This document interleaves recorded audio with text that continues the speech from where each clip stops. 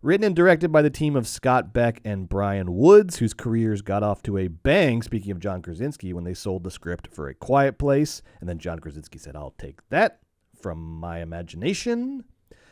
And since then, they've been bouncing around, doing a couple low-budget horrors. They did a movie I really enjoyed called 65 with Adam Driver, where he's like it's a Planet of the Apes thing where he's like a future spaceman, but he crash lands on like old Earth, dinosaur Earth, and has to like shoot dinosaurs with laser beams. There's a lot of good Jurassic Parky sort of scary dinosaur silhouettes in the rain and stuff. I had a lot of fun with that movie.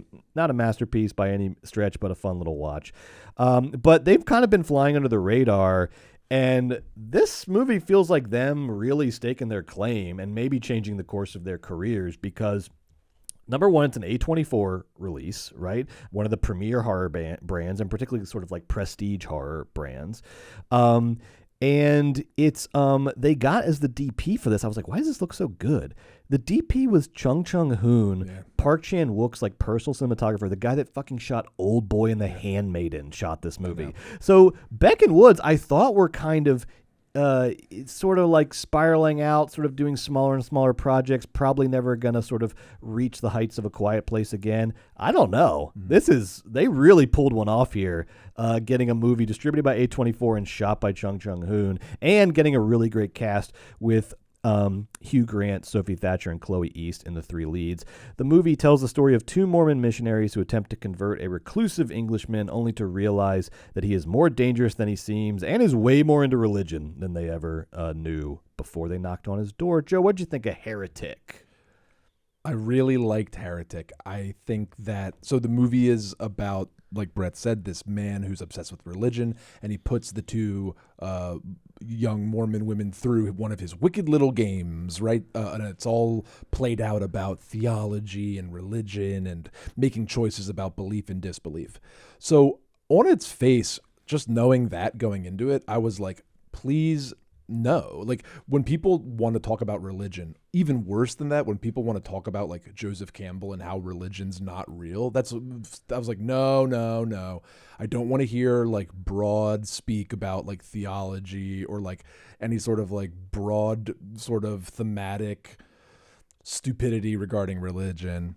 And because of the strength of the performances in this movie and because of the strength of the cinematography in this movie, I believe that it transcends that trap pretty nicely. I think we get through the religion stuff nice and clean because it's so fun to watch Hugh Grant sort of perform the scene and do the thing. And I thought that Chloe East and Sophie Thatcher were really good at watching Hugh do his thing and listening and responding and getting all their eye twitches perfect. They were awesome.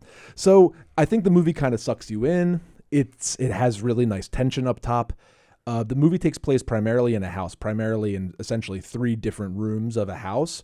And it's just one of these movies where the cinematographer makes an absolute effing meal out of nothing. Yeah.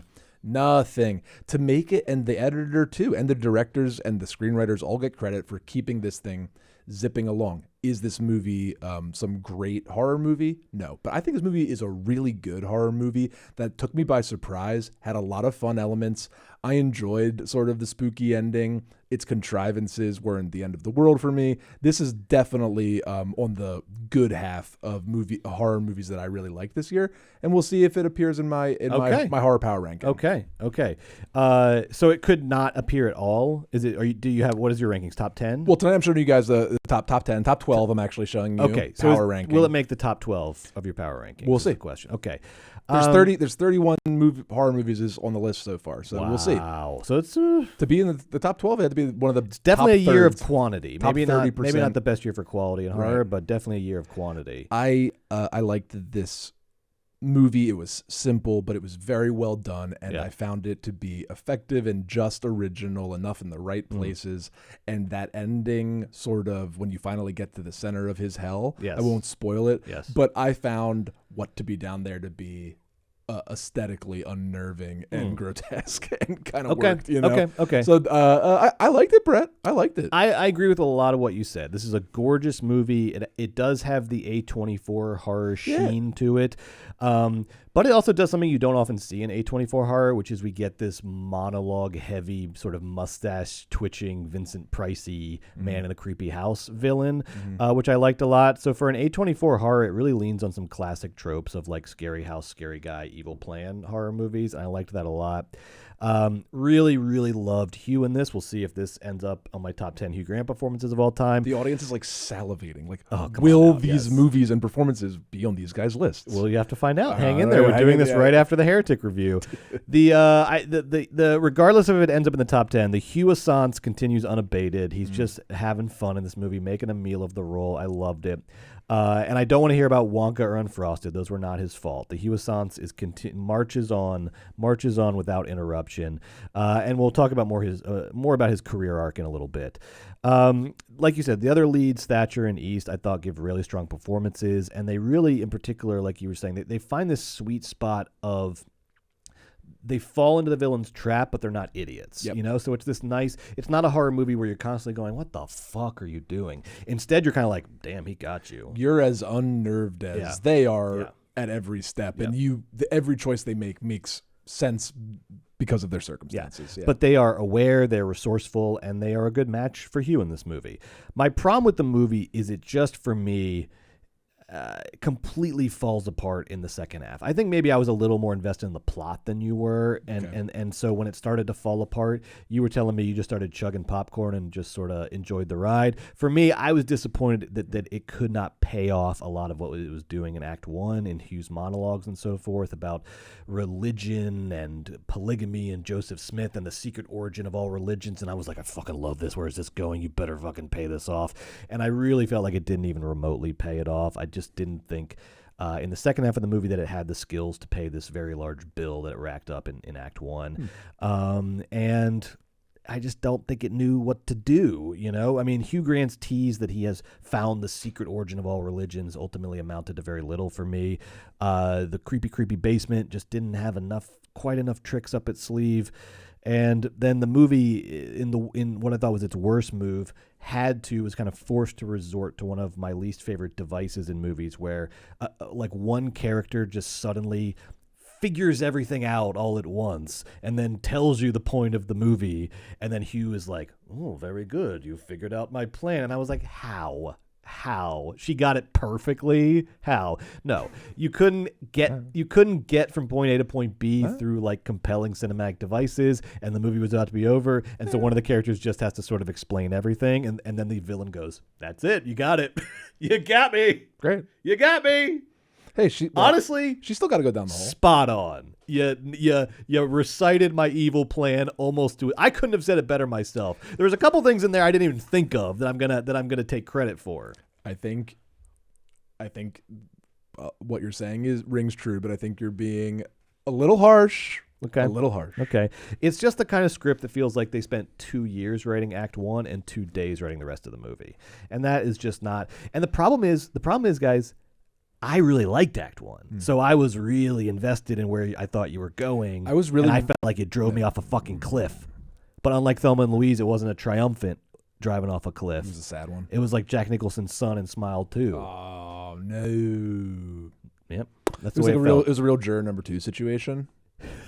TBD. TBD. We'll talk about Juror number 2. I can't wait to talk about all these movies. This was one of my favorite, randomly one of my favorite movie weeks of the year. What a like crazy roller coaster ride between these different movies. So look, I did not hate Heretic. I think it's worth seeing in theaters. I just didn't like it very much either. Don't tease me with creepy Hugh Grant has discovered the meaning of the universe and then give me nothing that even remotely pays off that premise. Not Hugh's fault. I was satisfied with the ending and thought that it sort of held up its end of the bargain with the seriousness with which the material was presented to us, which was, fun. Okay, fair enough.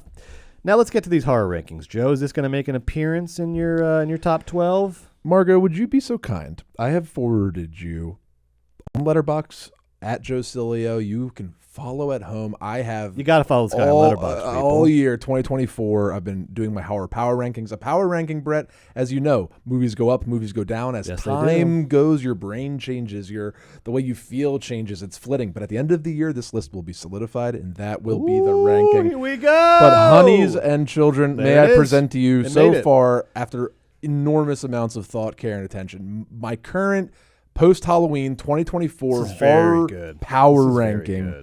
I'll quickly walk everybody through it, but Brett, you can see immediately that Heretic has premiered on my top 10. Wow. I was charmed by Heretic. Yeah. I found it to be. I love Hugh Grant like anybody loves Hugh Grant, but I don't love Hugh Grant like you love Hugh Grant. As we'll find he's out. fallible in my mind. So I'm not like a homer for Hugh Grant. I think that there's been too many girls trapped in a basement horror movies the past 4 or 5 years, ever since that Brie Larson one. Room. You think Room gave us Barbarian? I guarantee it. Room gave us Barbarian, gave us fucking, what was this called? Heretic. And it also, and The Black Phone.